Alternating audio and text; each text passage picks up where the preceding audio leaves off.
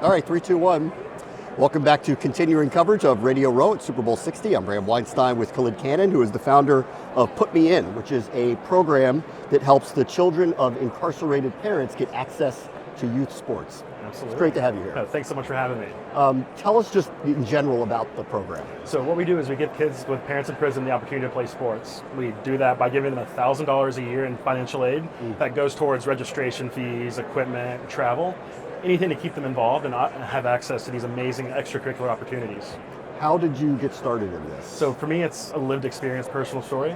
I grew up on a chicken farm in Alabama, and my dad went away when I was about 4 or 5 years old. And if it wasn't for sports, who knows where I would have ended up today. But I was incredibly lucky that I had this actual village that took care of me. Yeah. Aunts and uncles, grandparents, youth coaches, who made sure that I focused hard on the football field and in the classroom.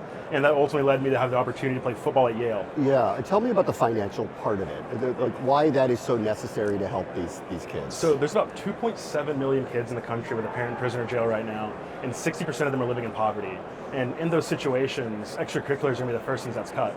Right now, youth sports industry is a $40 billion industry. All the private equity focus is right there. Yep. And so kids are getting priced out of it. And so there's so many critical skills that you can develop as a youth athlete, like learning how to fail very early, learning how to communicate and work with others. These are just essential skills to being an athlete and to being a person and leader as you grow.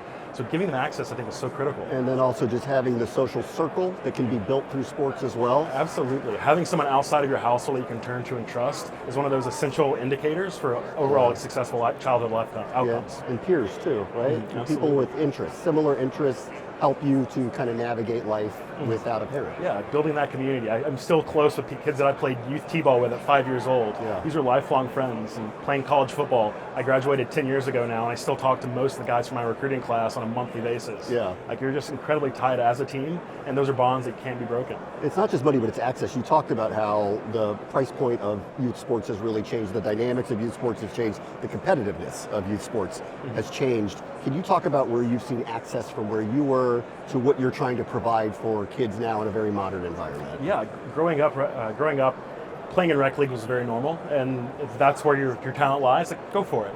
But now there's kind of gotten to this world where we're keeping up with the Joneses, and everyone's wanting to play travel and AAU, and if you want that opportunity, like I feel like everyone deserves access to those chances.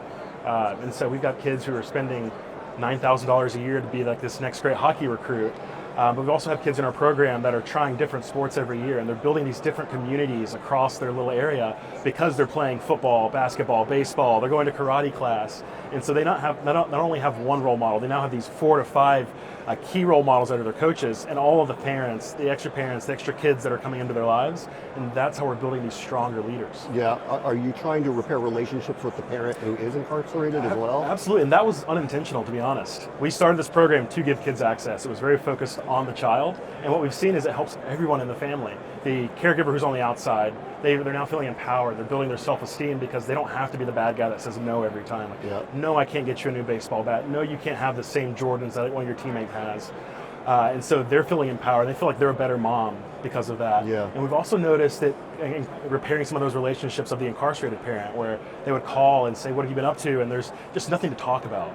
But now when they have that basketball schedule, like, oh, how are your free throws? Did you shoot it? Did you shoot tonight? Here's my highlights. Yes. Like, did you win? Like, what happened? Like, what went wrong in that game? And it's rebuilding these dialogues. And there was one kid in our program in Boston who didn't want to visit his dad anymore. But once he started playing and connecting, because his dad was playing basketball in the yard every day, now they were talking and saying who's better and who's not. And that rebuilt that rivalry and that camaraderie. Now he goes and visits his dad once a month, and it's rebuilding that relationship. Did you have that personal relationship too? Did sports help you in that way? Absolutely. So my dad was kind of in and out of my life fairly regularly. But when he was there, it was always me and him playing basketball in the yard and him talking about his glory days and then reliving that. And then now it's gotten to the point where he's been out for a while. We've got this amazing relationship where it's not always father-son, but like we're best friends. Yeah. And like, that's all you can ask for. I'm super thankful for that.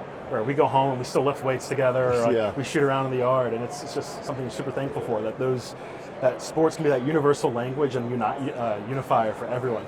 Did sports bring you to Yale, or were there other interests that ended up bringing you to Yale? So I'm a big believer in like letting sports take you where it can take you, and so I had the full ride offer to go play football at Yale. So 3-year starter as a left tackle, but I was also very academically inclined, so I double majored in chemistry and geology, and started my career working off in the gold mining industry and consulting.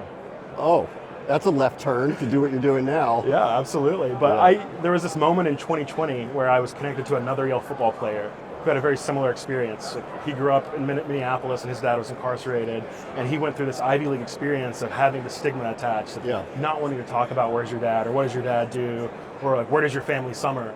And he wanted to give back to kids that were in his shoes. Yeah. And so I was connected to him, and we just immediately developed this relationship of we're not alone.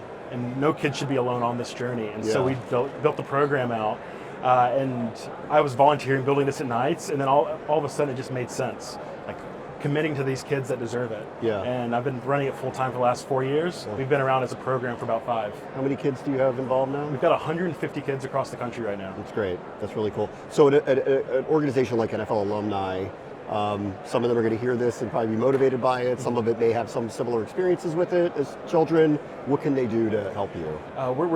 We've got a long wait list of kids that deserve an opportunity. So like, thinking about investing in what we're doing is a great help, but also just offering to be a mentor to some of these children. There's so many kids, like kids in Chicago and San Francisco and Minneapolis and Boston, who just want someone that they can look up to that's tangible, that I can follow in these footsteps, and someone that shows that they can care about them. Like, those are amazing opportunities where you spend 30 minutes a day with a kid, or 30 minutes once in their lifetime. That can have a huge impact that pays dividends down the road. Yeah. Khalid Cannon, thank you so much for joining us. Thank you so much for having me.